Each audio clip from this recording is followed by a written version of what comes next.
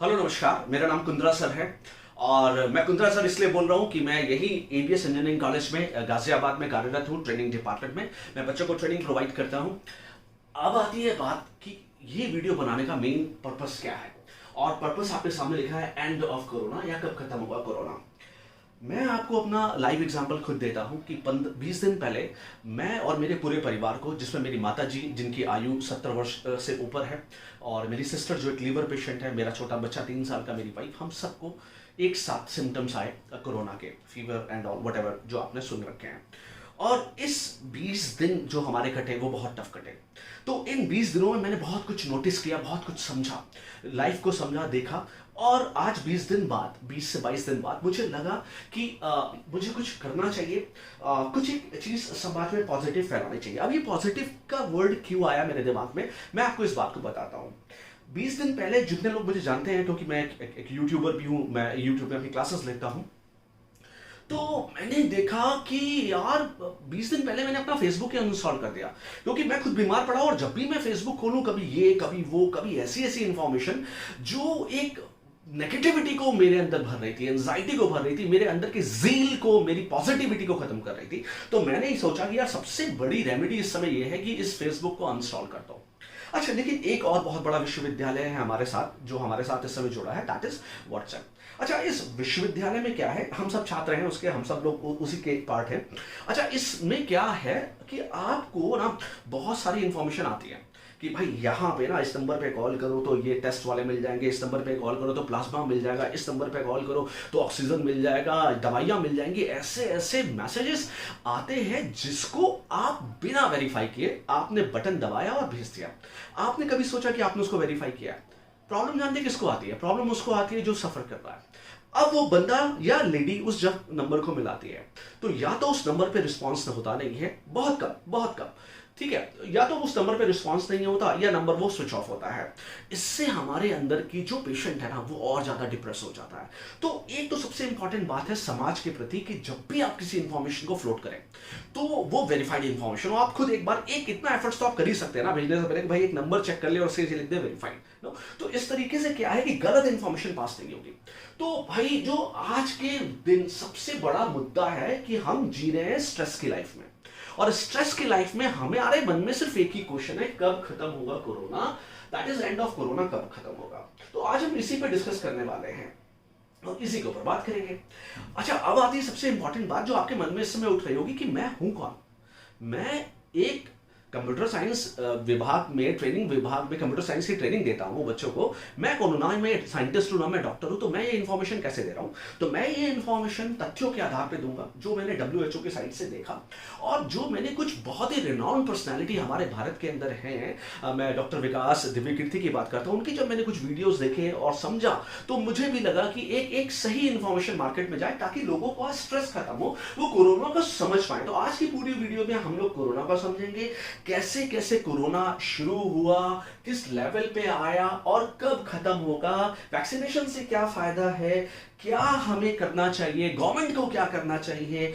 तो ये सारी चीजों को इस 20 से 25 मिनट में समझने की कोशिश करेंगे। तो अगर आपके पास 20 से 25 मिनट है तो आप इस वीडियो को देखिए, अदरवाइज नमस्कार। क्योंकि अगर आपको लगता है यार ये 25 मिनट मेरी जिंदगी के किसी और काम में आ सकते हैं, तो आप बहुत जरूरी अपने काम को जरूर करें, कोई भी टाइम वेस्ट करने की जरूरत नहीं है। चलो स्टार्ट करते हैं।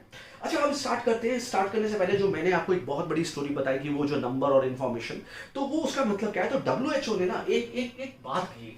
WHO ने बोला कि भाई इस समय वैश्विक महामारी तो चली रही है, जिसका नाम है, जो पेंडेमिक है, जो पेंडेमिक है, ठीक है, और जिसका नाम है भैया कोविड, ठीक है।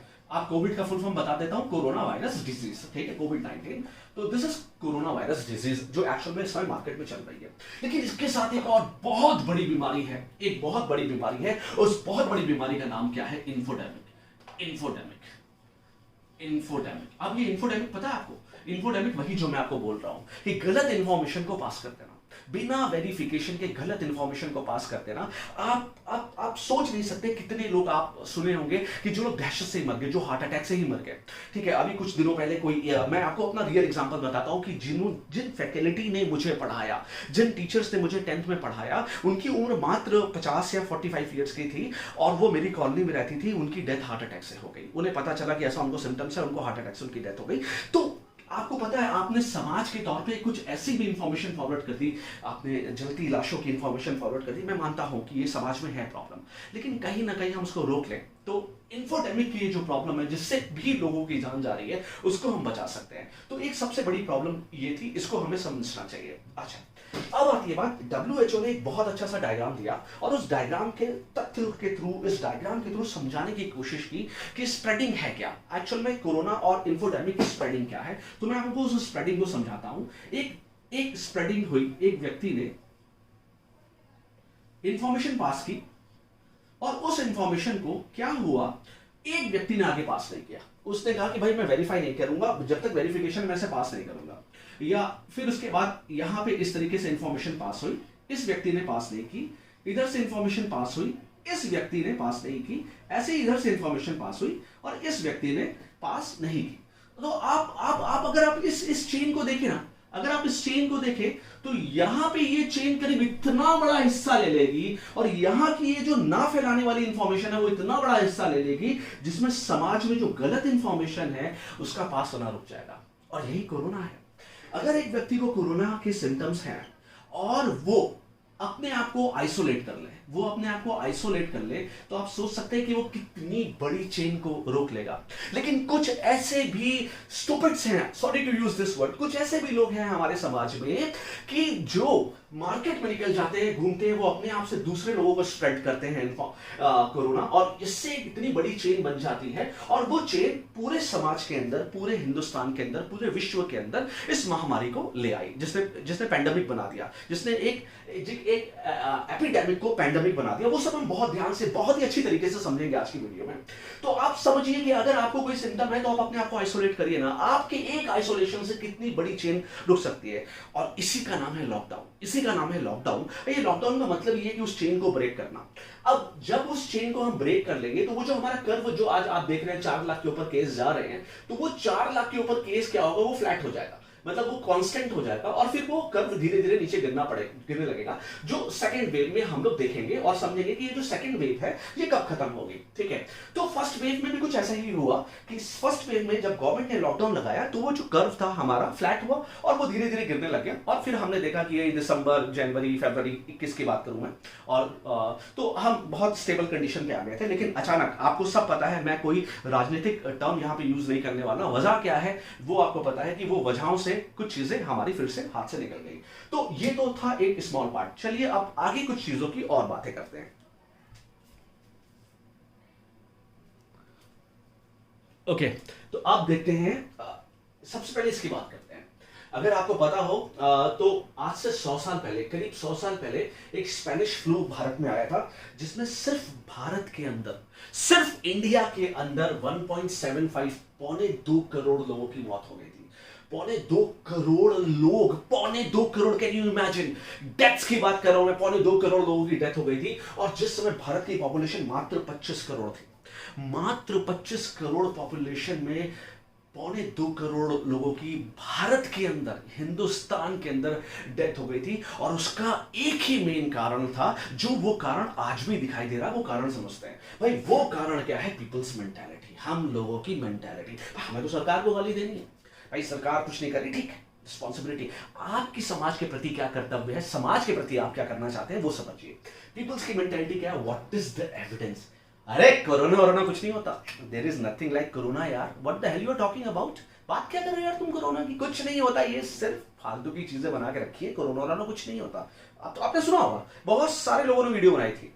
अच्छा, दूसरा, इंडियंस आर मोर इम्यून। अरे हम तो छोले भटूरे खाते हैं, बाद में छोले कुलचे खाते हैं, हमें क्या कोरोना होगा यार? फालतू का मास्क वास्क लगाना ना। This is what our mentality is, no, we are Indians and our mentality. And the third part, temperature. गर्मी इतनी पड़ती है यार हिंदुस्तान में कि कोरोना कहाँ टिकने वाला है। गर्मी निकल गई थी पिछली बार गर्मी निकल गई थी, इस बार फिर से आ गई है और आप देख रहे हैं गर्मी में क्या कांडा हुआ है। तो समझने की बात है सर, ठीक है। दूसरी चीज, साजिश, सास बहू और साजिश, ये बहुत ही टफ बात है यार।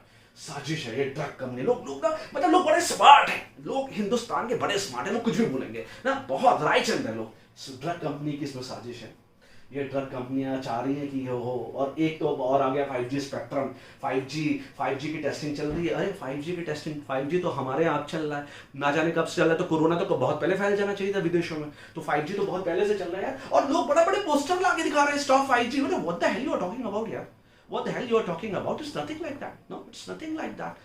ठीक है 5G से कुछ इश्यूज हैं, बट कोरोना का उससे कोई लेना देना नहीं है। ठीक है, तो ये आपको समझना पड़ेगा। और जब ये स्पेनिश फ्लू भारत में आया था, इस स्पेनिश फ्लू में की जो फर्स्ट वेव थी उसमें शायद इतना नुकसान नहीं हुआ था, लेकिन जब सेकेंड वेव जो अब कोरोना की आई उसमें बहुत ज्यादा नुकसान हुआ था, और इतने लोग प्रभावित हो गए थे इससे कि जिसमें लाशें भर गई थी, जो सुना समझा पढ़ा उसको समझने के बाद समझ में आई चीजें।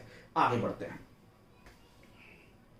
ओके, अब देखते हैं कि ये कोरोना शुरुआत कैसे हुई और कैसे ये कहां से कहां कौन से स्टेट में पहुंचा। सबसे पहले होता है आउटब्रेक। सबसे पहले हुआ आउटब्रेक। आउटब्रेक का क्या मतलब है, जब कोई एक ऐसी बीमारी जो कंटेजियस है, ठीक है, मतलब फैलती है, और वो फैल के किसी एक सिटी के अंदर फैल जाए। जब वो किसी सिटी या किसी एक पर्टिकुलर स्टेट के अंदर जिसका एक दायरा हो, तो वहां फैल जाए, उस दायरे के अंदर ही अंदर रहे, तो उसे हम लोग बोलते हैं आउटब्रेक। जो हुआ था चाइना में, जो हुआ था वुहान शहर में, चाइना की वुहान शहर में। तो ये चाइना की जब वुहान शहर में हुआ, तो that was at that time वो आउटब्रेक था, जिसको आउटब्रेक बोला। डब्ल्यूएचओ का टर्म है जिसको वो आउटब्रेक बोलता है।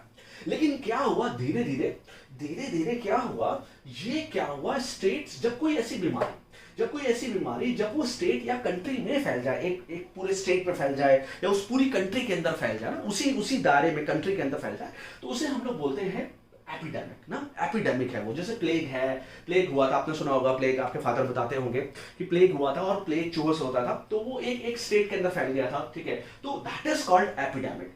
तो हुआ क्या, अब कोविड कैसे बढ़ा, तो कोविड तो एपिडेमिक से भी आगे बढ़ गया और वो पैंडेमिक बन गया। पैंडेमिक जब पूरे संसार में, जब कई कंट्री लपेटे में आ जाए, तो आज आप देख रहे हो पूरा संसार में ये फैल चुका है। और डब्ल्यूएचओ ने इसको मार्च 2020 में इसको डिक्लेयर कर दिया था कि भाई ये जो है ना, ये आपका पेंडेमिक है। मार्च 2020 में 2020 में इसने डिक्लेयर किया कि भाई ये पेंडेमिक है। क्यों? क्योंकि अब ये पूरे विश्व में फैल चुका है, ये पूरे विश्व को अपने चपेटे में इसने ले लिया था, तो जिसका नाम उसने दिया कोविड-19। अब कोविड-19 से पहले भी एक, अभी आपने देखा होगा H1N1 वायरस जो आया था, जिसको स्वाइन फ्लू बोलते हैं। ये जो था, ये भी हमारा एक तरीके का क्या था, पैंडेमिक था, जो भी कई कंट्रीज में फैल गया था। हिंदुस्तान में भी आपने सुना होगा कि बहुत लोगों के, इवन हमारे कॉलेज में भी शायद मैंने सुना था कि एक दो फैकल्टीज को हुआ।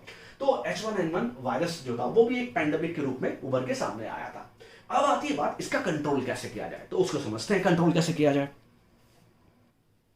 अब समझते हैं कि इस प्रोसेस का कंट्रोल क्या है, हाउ टू कंट्रोल पैंडेमिक का कंट्रोल क्या है। तो सबसे पहले इसकी कई स्टेजेस हैं। सबसे पहले क्या है कि भाई कंट्रोल करना है, इसे हमें कंट्रोल करना है। कंट्रोल का क्या मतलब है, ऐसी बीमारी जिसे हम, जो बहुत कम है, जिसके लिए हमारे पास पर्याप्त मात्रा पे बेड अवेलेबल है, और अगर हो भी जाए तो ऐसा कुछ नहीं है 100 में से 1 या 2 लोगों को हो गई, 1000 में से 1-2 लोगों को हो गई, तो हम उसे कंट्रोल कर सकते हैं। ऐसा हमारे पास कोई प्रॉब्लम नहीं है। जैसे जिसका नाम है ट्यूबरक्लोसिस। तो ट्यूबरक्लोसिस एक ऐसी बीमारी है, ट्यूबरक्लोसिस, जिसमें ऐसा नहीं है कि बेड की कमी पड़ गई ना, आपने कभी नहीं सुना होगा बाप रे इतना ट्यूबरक्लोसिस, तो वैसा नहीं है। तो ये कंट्रोल स्टेज की बीमारी है, फाइन। अच्छा, एक होती है भाई एंडेमिक। एंडेमिक क्या है, एंडेमिक वो चीज, एंडेमिक, एपिडेमिक नहीं, एंडेमिक। एंडेमिक वो बीमारी है जो हमारे साथ रहती है, हमारे आसपास हमारे दोस्त बन के रहती है। कभी कभी गुस्सा हो जाती है, कभी कभी नाराज हो जाती है, तो वो फैलने लगती है। तो जैसे आपने देखा डेंगू एक समय पे, डेंगू एक पर्टिकुलर समय पे, बरसात के समय पे डेंगू के मच्छर एक्टिव हो जाते हैं, और उस समय थोड़ी सी दिक्कत करते हैं, और हम लेकिन उसको भी कंट्रोल कर लेते हैं ना। Endemic, that is endemic. Dengue हो गया, अब आपका चिकनगुनिया हो गया, आपका डेंगू है, चिकनगुनिया है, रेबीज है, ठीक है, रेबीज है। तो ये सारी बीमारियां जो है वो एंडेमिक के लेवल की हैं, जिसके ऊपर हम कंट्रोल, विजय प्राप्त कर सकते हैं, क्योंकि हमारे पास इतनी मेडिकल इंफ्रास्ट्रक्चर, मेडिकल फैसिलिटीज इतनी अवेलेबल है, जिसके ऊपर हम विजय प्राप्त कर सकते हैं। हाँ, इसको हम कर सकते हैं। अब आती है बात एलिमिनेशन, हटा देना, खत्म कर देना। तो आप मुझे बताइए, आपके घर में सब लोगों को, आप सब जानते होंगे कि लेडी आती है और छोटे बच्चों को कुछ पिलाती है, एंड दैट पिलाने वाली दवाई, दैट पिलाने वाला vaccination is what, polio vaccination. तो पोलियो को हमने एलिमिनेट कर दिया ना, भारत में WHO ने बोला कि भारत ने भाई पोलियो को क्या कर दिया है, पूरी तरीके से एलिमिनेट कर दिया है, खत्म हो गया है। एलिमिनेशन है मतलब बहुत ही मतलब रेयर ऑफ रेयरेस्ट है ही नहीं भारत के अंदर, वो भारत ने पोलियो की जो विजय है उसको प्राप्त कर लिया है, ठीक है।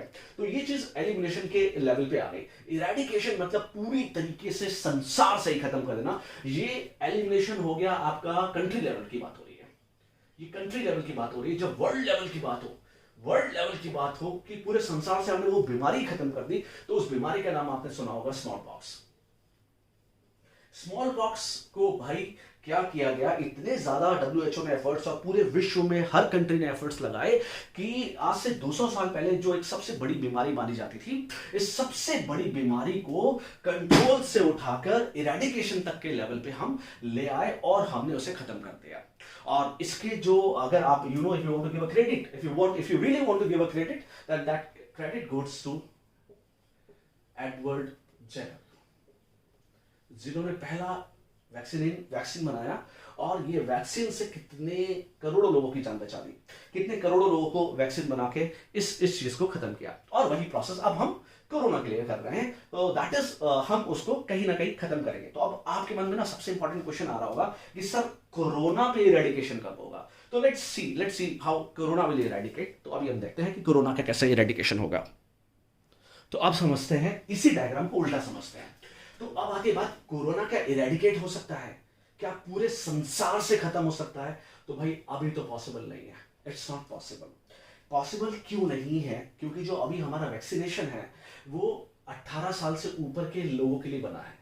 अभी हमारा 18 से कम वर्ष के बच्चों के लिए तो वैक्सीन बना ही नहीं है। तो जब तक हमारा वैक्सीनेशन ही सबको पूरा नहीं होगा तो इरेडिकेशन की तो बात ही आएगी। तो वर्ल्ड लेवल पे तो अभी इरेडिकेशन का कोई मतलब एग्जिस्ट ही नहीं करता कि हम इसको स्मॉल पॉक्स के जैसे खत्म कर लें, वो बिल्कुल पॉसिबल नहीं है। अब आती बात, क्या हम इसे एलिमिनेट कर सकते हैं, किसी कंट्री से खत्म कर सकते हैं? एलिमिनेट कर सकते हैं। तो एलिमिनेशन भी एग्जैक्टली वही बात आ गई कि भाई एलिमिनेट भी नहीं कर पाएंगे। क्यों? क्योंकि अभी वैक्सीनेशन पूरी तरीके से डेवलप्ड नहीं है, पूरी तरीके से वैक्सीनेशन आया नहीं है, म्यूटेशन अभी चल रहा है। म्यूटेशन मतलब वायरस अपने आप को चेंज कर रहा है, वायरस अपने आप को धीरे धीरे करके चेंज कर रहा है, अपने आप को बदल रहा है। तो हर बार उसके वैक्सीनेशंस के ऊपर भी काम होगा। तो इस तरीके से अभी एलिमिनेशन को कहना बिल्कुल गलत है कि एलिमिनेट कर सकते हैं। हाँ, अगर हम बात करें एंडेमिक, क्या हम उसे एंडेमिक लेवल के ऊपर ऐसी बीमारी कर दें, चिकनगुनिया डेंगू टाइप की कर सकते हैं, जिससे हाँ यार हम जिंदगी तो अपनी जी लें, जब कभी होगा तो कंट्रोल कर लेंगे उसको डॉक्टर लोग मिलकर। तो बिल्कुल इस चीज को अचीव किया जा सकता है। और इस चीज को अचीव करने के लिए HERD, उसे बोलते हैं हर्ड इम्यूनिटी, जो अब इसके बाद हम लोग डिस्कस करेंगे। ये बहुत ही इंपॉर्टेंट टॉपिक है और यही आपको चाहिए, आपको ये चाहिए हर्ड इम्यूनिटी चाहिए, ठीक है। अब एक्चुअली क्या बीमारी खतरनाक नहीं है, corona is not dangerous disease. अब आप बोलोगे सर डेंजरस नहीं है तो लोग मर क्यों रहे?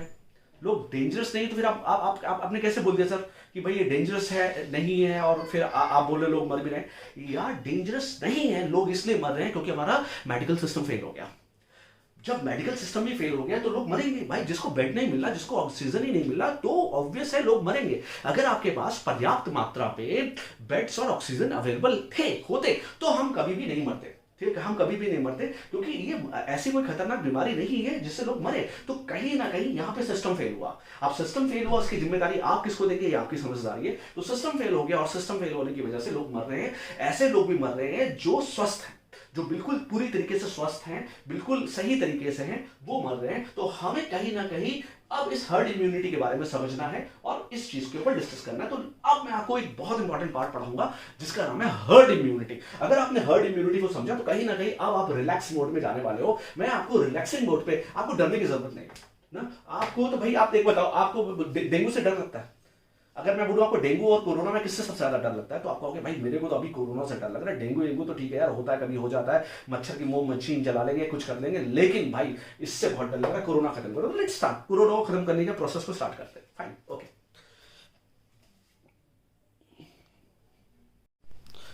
ओके, तो अब समझते हैं भाई हर्ड इम्यूनिटी क्या है। हर्ड इम्यूनिटी बहुत इंपॉर्टेंट टॉपिक है और इसको समझना बहुत इंपॉर्टेंट है। अभी क्या है, कोरोना वायरस आया।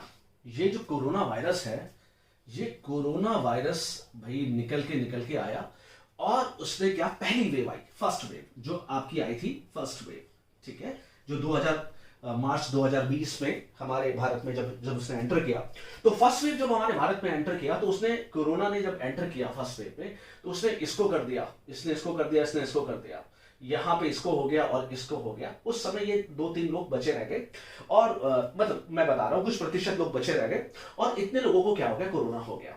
अब जब इतने लोगों को कोरोना हो गया, तो फिर क्या हुआ, धीरे धीरे कोरोना शांत हुआ। अब इसके बाद ये आई जो अब आपके सामने खतरनाक है, जिसे हम लोग बोलते हैं सेकंड वेव, जिसको हम बोल रहे हैं सेकंड वेव। अब जब ये सेकंड वेव आई, तो इसने क्या किया कि भाई इसको कोरोना हो गया, इसको हो गया, इसको हो गया, और उन लोगों को अब कोरोना होने के चांसेस कम है जिनको पहले हो चुका है, क्योंकि उनके अंदर ऑलरेडी एंटीबॉडीज डेवलप हो चुकी है। एंटीबॉडीज क्या है, जो एंटीजेंस को, जो जो जो हमारे अंदर रोगाणु अंदर आ रहा है ना, उसको उसको मारने की ताकत, क्योंकि जब वो आया तो फिर हमारे अंदर इम्यून सिस्टम हमारा डेवलप हुआ और उसने उसको मार दिया। तो अब वो जो है इम्यून सिस्टम मेरा डेवलप है, ऐसा नहीं है कि जिनको पहले हुआ उनको दोबारा नहीं होगा, उनको भी हो सकता है, बट चांसेस उनके कम हो गए। तो अब उनके चांसेस कम हो गए, तो अभी जैसे मान लो इसको हो गया, अब ये कुछ लोग ऐसे थे जिनको पिछली बार हो चुका था, इस बार वो बच गए। पिछली बार हो चुका था, तो सेकंड वेव में क्या देखा गया, सेकंड वेव में क्या हुआ कि कुछ लोगों को हुआ, और वो लोग जिनको पहले हो चुका था, आपने जनरली देखा होगा, वो इस बार बचे रह गए, वो इस बार बच के रह गए। अच्छा, अब जब थर्ड वेव अगर आती है, भगवान ना करे कभी आए थर्ड वेव, अगर थर्ड वेव आती है, जो मोस्ट प्रोबेबली आएगी, तो उसमें क्या होगा, बहुत कम लोगों को कोरोना होगा, क्योंकि क्या है कि बहुत लोगों को तो कोरोना हो ही चुका है। देखो WHO ने कहा है कि, या बहुत सारे जो शोधकर्ताओं ने कहा कि अगर भारत की 60% पॉपुलेशन को, या विश्व की 60% पॉपुलेशन को कोरोना हो जाता है, तो हर्ड इम्यूनिटी डेवलप हो जाएगी। हर्ड इम्यूनिटी का क्या मतलब है कि इस समय जब ये थर्ड वेव पे आएगा, तो सपोज करो इसको हो गया, इसको हो गया, इसको हो गया, कुछ लोग ऐसे होंगे जिनको कभी कोरोना नहीं हुआ और उनको कभी कोरोना नहीं होगा। क्यों नहीं होगा, ये बच जाएंगे, ये हर्ड इम्यूनिटी से बच जाएंगे। क्यों, क्योंकि इनके आसपास वाले ऐसे लोग इनको मिलेंगे जिनको या तो कोरोना हो चुका है, और ये कभी उनके संपर्क में आएंगे, कभी ये ऐसे लोगों के संपर्क में आएंगे नहीं, और जिनके आएंगे भी उनको पहले से कोरोना हो चुका है, तो स्प्रेडिंग नहीं होगी। तो चांसेस बहुत बढ़ जाते हैं कि ऐसे लोग जिनके अंदर एंटीबॉडी नहीं भी है, वो बच जाएंगे, वो बच जाएंगे। ये वो बहुत चालाक लोग हैं जो दूसरों से कम मिलते हैं और अपने अपने में रहते हैं। चालाक है नहीं, बहुत अच्छी बात है, ऐसे ही लोग होने चाहिए। ऐसे समय पे ये चालाक है, दे आर स्मार्ट पीपल्स, ठीक है, दे आर स्मार्ट पीपल्स। तो ये अपने आप को हर्ड इम्यूनिटी से बचा देंगे, ठीक है। तो अगर भारत में अंदर हर्ड इम्यूनिटी आ जाती है, तो वो हर्ड इम्यूनिटी से फिर लोगों का मरना और लोगों को कोरोना होना बहुत कम हो जाएगा। क्यों, क्योंकि हमारे आसपास वाले जितने लोग हैं वो हमें स्प्रेड ही नहीं करेंगे, फाइन, तो स्प्रेड नहीं करेंगे तो हम बच जाएंगे। तो this is called actually herd immunity. अब आपके मन में क्वेश्चन उठ रहा है कि ये हर्ड इम्यूनिटी कब आएगी, तो लेट्स सी ये हर्ड इम्यूनिटी कब आएगी और कैसे आएगी। ओके, तो अब देखते हैं हर्ड इम्यूनिटी डेवलप कैसे होगी। तो हर्ड इम्यूनिटी दो तरीके से डेवलप होगी, या तो गेट इन्फेक्टेड, या तो आप बीमार पड़ जाओ। भाई भगवान न करे आप बीमार पड़ो। जब आप बीमार पड़ोगे तो नेचुरल प्रोसेस है कि आपकी एंटीबॉडीज, आपके अंदर एंटीबॉडीज डेवलप हो जाएंगी, और एंटीबॉडीज क्या होंगी, अगर आप बीमार पड़ने के बाद ठीक हो जाते हैं, स्वस्थ हो जाते हैं, तो आपके अंदर एंटीबॉडीज डेवलप हो जाएंगी। इसलिए जनरली कहते हैं कि अगर आपको कोरोना हुआ है तो आपको वैक्सीन तुरंत नहीं लेना चाहिए, क्योंकि अंदर आपके अंदर ऑलरेडी एंटीबॉडीज हैं। तो आप बाद में भी ले सकते हैं, ये मैंने सुना है, मैं इसके ऊपर कोई तथ्य और कुछ वो नहीं कहना चाहता, ये मैंने कहीं से सुना था। तो गेट इन्फेक्टेड तो नेचुरल प्रोसेस है, आपके अंदर एंटीबॉडीज डेवलप हो गई तो आप कुछ महीने तक सेफ रह सकते हैं। दूसरा है गेट वैक्सीनेटेड। अब वैक्सीनेटेड में क्या होगा कि आपको आर्टिफिशियल तरीके से क्या होगा, इंजेक्ट करेंगे, आपको आर्टिफिशियल तरीके से इंजेक्शन लगेगा, और इस इंजेक्शन में आपके अंदर जानबूझकर, वैक्सीनेशन का क्या मतलब है, आपकी बॉडी के अंदर जानबूझकर आपके अंदर क्या डाला जाएगा, एंटीजन डाला जाएगा, एंटीजन डाला जाएगा, दैट इज वायरस डाला जाएगा। अब ये वायरस क्या है, ये वायरस वही वायरस है, कोरोना वायरस है, बट ये डेड स्टेट में, डेड स्टेट में है कि जनरली डेड स्टेट में ही डाला जाएगा। तो डेड स्टेट में डाला जाता है वैक्सीन, जितनी भी बनी सब में डेड स्टेट में, डेड मरा हुआ वायरस आपके अंदर डालेंगे। तो जब वो बॉडी के अंदर जाएगा तो आपकी बॉडी का जो इम्यून सिस्टम है वो कहेगा अरे ये क्या आ गया, ये तो खतरनाक चीज है, इसको तो मारना पड़ेगा। तो फिर एंटीबॉडीज आपका इम्यून सिस्टम डेवलप करेगा, और उस इम्यून सिस्टम को फिर वो एक्टिव रखेगा कुछ महीनों तक, कि भाई वैक्सीन लग गया तो कहते हैं ना वैक्सीन के कुछ महीने तक आप सही रहेंगे। कुछ महीने का कहने का मतलब ये है क्योंकि उसके कुछ चैलेंजेस है, वो हम डिस्कस करेंगे। तो दो तरीके हैं भाई, आप आपको वैक्सीन लगवाएं, वैक्सीन से वायरस आपकी बॉडी के अंदर जाएगा, और वो वायरस से आपके अंदर एंटीबॉडीज डेवलप होंगे जो आपको प्रतिरोधक क्षमता देंगे, जिससे आपको आगे वायरस अटैक ना कर सके और आप बच सके, ठीक है। और उसके डबल डोज लगने हैं, वो सब आपको पता है, उसके ऊपर मैं अभी कोई गहन डिस्कशन नहीं करने वाला। लेकिन अब सबसे बड़ा आती है बात, चैलेंज क्या है, challenge to get herd immunity. तो सबसे बड़ा चैलेंज ये है कि न्यू वेरिएंट। भाई न्यू वेरिएंट्स बहुत सारे आ रहे हैं ना, आपने सुना होगा यूके का वेरिएंट है, अब तो भारत का वेरिएंट भी आ गया, इंडियन वेरिएंट, ठीक है, अब तो इंडियन वेरिएंट, तो ये म्यूटेशन हो रहा है, म्यूटेशन हो रहा है, वायरस अपने आप को बार बार चेंज कर रहा है ना वायरस। अगर आप मेरी वीडियो देखेंगे जेनेटिक एल्गोरिथम के ऊपर मेरी वीडियो है, मेरे चैनल पे आप जेनेटिक एल्गोरिथम में मैं पूरी इसमें किस किस तरीके से म्यूटेशन हो रहा है, क्रॉस ओवर हो रहा है, कि कैसे कैसे चीजें बदल रही है, तो ये म्यूटेशन हो रहा है। तो जब ये म्यूटेशन हो रहा है तो अभी चांसेस कम है कि हम समझ पाए कि हम जो वैक्सीन बना रहे हैं, हमने जो वैक्सीन बनाई वो हर म्यूटेंट्स पे काम करेगी या नहीं करेगी, तो अभी वहां पे एक बहुत बड़ा चैलेंज है, ठीक है। हालांकि इसके ऊपर भी कंट्रोल पाया जाएगा, वो देखेंगे। वैक्सीन र्यूमर, सबसे बड़ा वैक्सीन र्यूमर, अरे वैक्सीन नहीं लगवानी। मैंने कई लोगों को सुना, अरे उसने वैक्सीन लगवाई थी, मर गया अगले दिन। अरे वो किसी और वजह से भी मर सकता है। कुछ तो धर्मगुरु कुछ ऐसे हैं हर धर्मों में जो बोल रहे भाई वैक्सीन नहीं लगवाना, ये हमारे धर्म के खिलाफ है। अरे भैया वैक्सीन धर्म के खिलाफ नहीं है, आप अपने धर्म के, अपने समाज के उन लोगों के खिलाफ हो जिनको आप जानबूझ के मारना चाह रहे हो। भाई वैक्सीन के से ही तो उनके अंदर इम्यूनिटी डेवलप होगी, चाहे वो किसी भी धर्म का हो, हिंदू हो, मुस्लिम हो, सिख हो, ईसाई हो, है वो इंसान, उसके अंदर भगवान ने सिस्टम दिया, अल्लाह ने सिस्टम दिया है इम्यूनिटी डेवलप करने का, और उस इम्यूनिटी को डेवलप करने के लिए फिर वैक्सीन बनी है। तो आप धर्म के चक्कर में ना आए, वैक्सीन के र्यूमर्स में ना आए कि भाई उसको ऐसा हो गया वैक्सीन नहीं लगवाएंगे, ये लोग मना कर रहे हैं। कुछ लोग होते हैं कि भैया हमें तो डर लग रहा है, हम वैक्सीन नहीं। लोग इस तरीके के कोई भी जो र्यूमर्स है उसे बिल्कुल एक्सेप्ट ना करें। आपको समझ में आया होगा कि वैक्सीन लगाने का मतलब क्या है, तो आप वैक्सीन जरूर लगवाएं। वैक्सीन लगवाने से आपके अंदर इम्यूनिटी डेवलप होगी, ये पक्का श्योर है। और इस बात की मैं श्योरिटी आपको बताता हूं कि एक रिसर्च में यह पाया गया, अब आप सोचिए, एक रिसर्च में यह पाया गया कि जिन लोगों ने सॉरी मैं बीच में डिस्टर्ब हो गया, तो वैक्सीन के बारे में बात कर रहा था मैं। तो वैक्सीन क्या है कि भाई वैक्सीन लगवाना जरूरी है, और ऐसा एकदम बिल्कुल परफेक्ट रिसर्च में सामने आया है कि जिन भी लोगों ने डबल डोज लगवा लिए थे, जिन लोगों ने डबल डोज लगवा लिए, उनमें से एक बंदा भी आईसीयू में नहीं गया। अब आप समझ सकते हैं धर्मगुरु, आप समझ सकते हैं, आप किसी भी धर्म के धर्मगुरु हो, आप किसी भी मेंटालिटी के हो, और आप जो रेजिस्टेंट है। अरे मैं सबसे बड़ा एग्जांपल देता हूं, मेरे पिताजी खुद कहते हैं अरे मैं वैक्सीन नहीं लगवाऊंगा। He is 70+ and his mind, मैं तो नहीं लगवाऊंगा यार, ठीक है। तो this is you're resilient about these things, so please don't be। तो आप देखो ना एग्जांपल सेट हो गए हैं कि, और मैंने कई लोगों को ऐसा देखा है कि जिनके घर में 2 वैक्सीन लगी है वो बीमारी नहीं पड़े। वो या तो बीमार, अगर आपको वायरस आया भी तो बहुत जल्दी कम सिम्टम्स आया और आप ठीक हो गए, ठीक है।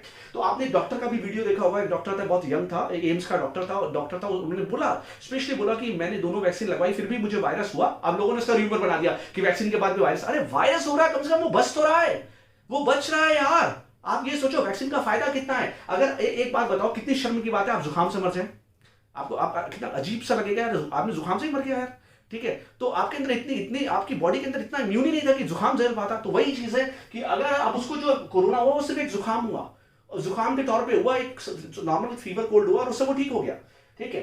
अब आती है बात केयरलेसनेस आफ्टर वैक्सीन, जो सबसे ज्यादा इंपॉर्टेंट बात है। अरे हाँ मैं तो लग गई वैक्सीन, ठीक है भाई, सैया है कोतवाल, whatever you the song is, I don't know, अब डर काहे का। तो दिस इज अ डर you have to keep unless and until we reach to what endemic situation। जब तक हम एंडेमिक पे नहीं पहुंचेंगे तब तक आपको डर मेंटेन करना है, केयरलेसनेस नहीं लगानी है। वैक्सीन के बाद भी आपको सारे प्रोटोकॉल्स फॉलो करने हैं। आगे बढ़ते हैं। तो आइए एक चीज और समझते हैं। अगर भारत की पॉपुलेशन को समझे तो भारत की पॉपुलेशन में करीब 0 से लेकर 18 साल तक 33% की पॉपुलेशन है जिनके लिए अभी वैक्सीन जो है वो नहीं बना है, जिनके लिए वैक्सीन नहीं बना है। 67% लोगों के लिए अभी वैक्सीन बना है, जो कि अगर मैं बात करूं तो करीब अक्टूबर, जो एक रिटन डॉक्यूमेंट है जिसके अक्टूबर तक ये अनुमान है कि 15% भारत की पॉपुलेशन को 15 अक्टूबर 2021 तक 15% को 2 डोज लग जाएगा और 63% पॉपुलेशन को 1 डोज वैक्सीन लग चुकी होगी। ये एक अनुमान लगाया जा रहा है। और अगस्त 2021 तक, अगर मैं अगस्त 2021 तक की बात करूं, ये अनुमान है कि कंट्रोल पा लेंगे हम किसके ऊपर, सेकेंड वेव के ऊपर, जो अभी भयानक स्थिति चल रही है इसके ऊपर हम कंट्रोल पा लेंगे। इसके ऊपर हम लगभग कंट्रोल पा लेंगे। ये क्योंकि कर्व जो है, जो मैं ग्राफ की बात कर रहा था, ये ग्राफ अब फ्लैट हो गया और नीचे आना शुरू हो रहा है, ठीक है। अब आपने देखा होगा केस की अगर मैं बात करूं तो आज की अगर मैं बात करूं, कल की तो पहले 4 लाख थे, अब शायद 3,60,000 ऐसे कुछ नियर अबाउट केस आ गए। तो वो अब केसेस डाउन होना शुरू हो रहे हैं, तो वो अगस्त तक हम विजय पा लेंगे। और आपने देखा होगा कि AICTE ने भी एक सर्कुलर में पढ़ रहा था कि अगस्त तक हम क्लासेस शुरू कर देंगे और इस तरीके से। तो वो सारे तथ्य जो उन्होंने भी निकाले हैं वो अपने मन से नहीं निकाले हैं, वो कहीं ना कहीं से एक रिसर्च, वेल रिसर्च के बाद बातें निकल के सामने आई है कि 2021 तक वो अपना काम कर लेंगे।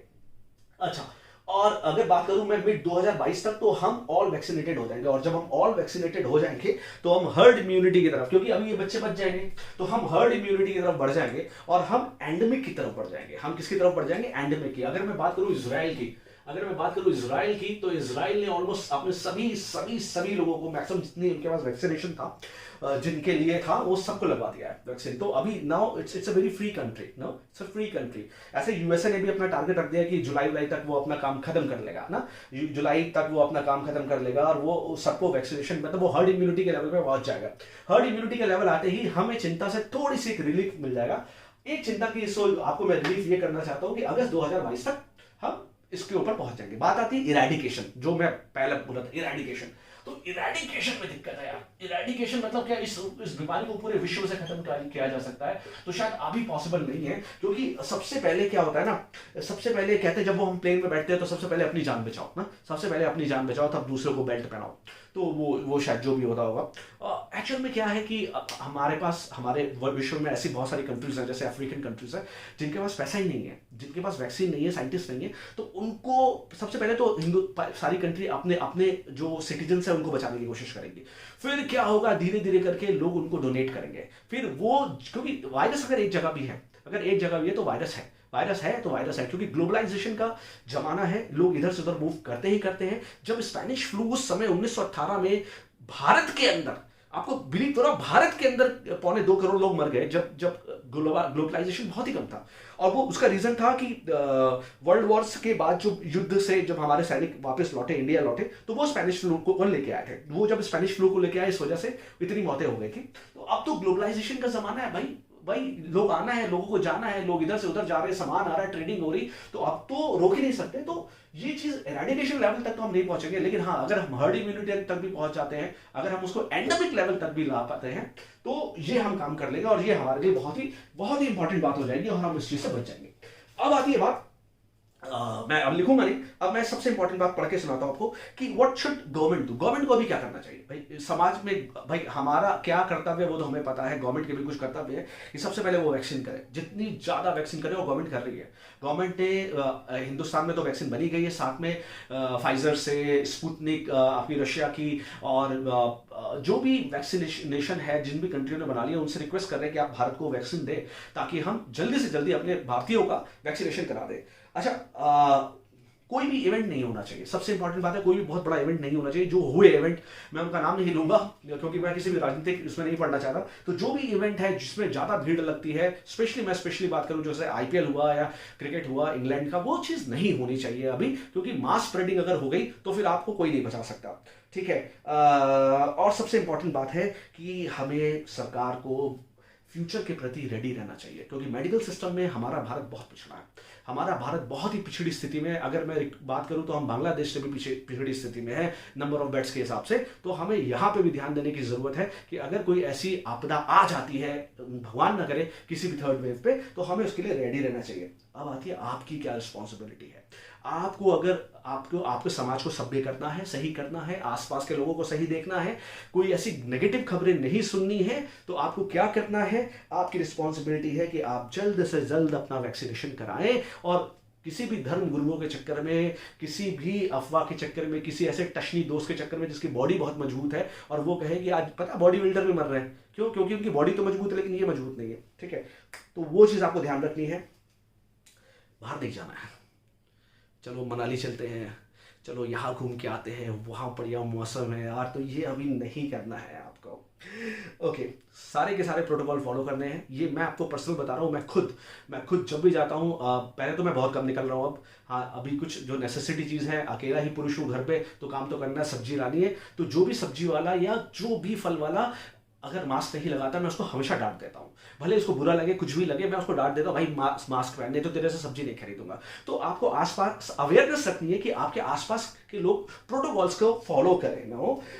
सबसे इंपॉर्टेंट पार्ट है दूसरों की मदद करें। अगर आप कर सकते हैं, अगर आप अपने तन से नहीं कर सकते तो धन से कर सकते हैं, तो दूसरों की मदद करिए। बहुत ही टफ टाइम चल रहा है, मैंने ऐसे बहुत लोगों को देखा है, मैं तो बहुत ही सौभाग्यशाली हूँ कि मैं एक ऐसी ऑर्गेनाइजेशन पे हूँ जहाँ पे शायद हमें किसी भी तरीके से कोई तकलीफ नहीं आई पूरे लॉकडाउन में, और किसी भी व्यक्ति को हमारे पूरे ऑर्गेनाइजेशन में तकलीफ नहीं आई। लेकिन मैंने बहुत सारे ऐसे ऑर्गेनाइजेशन देखे जिन्होंने एक्सप्लॉयटेशन किया। तो इस तरीके से आप समाज की हेल्प करिए, आप खुद हेल्प करिए। आपके यहाँ जो वर्कर आ रहे हैं, अगर आप उनको किसी वजह से नहीं बुला पा रहे तो आप उनको कुछ तो अमाउंट पे करिए, ताकि वो भी तो अपनी जीवन शैली को चला सके ना, वो भी तो आप अपने जीवन को जी सके।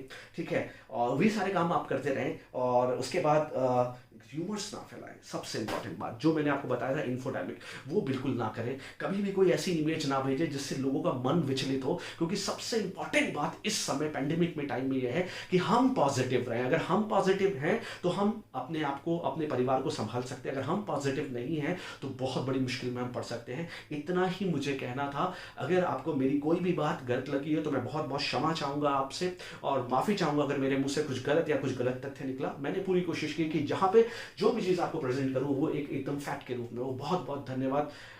Thank you so much.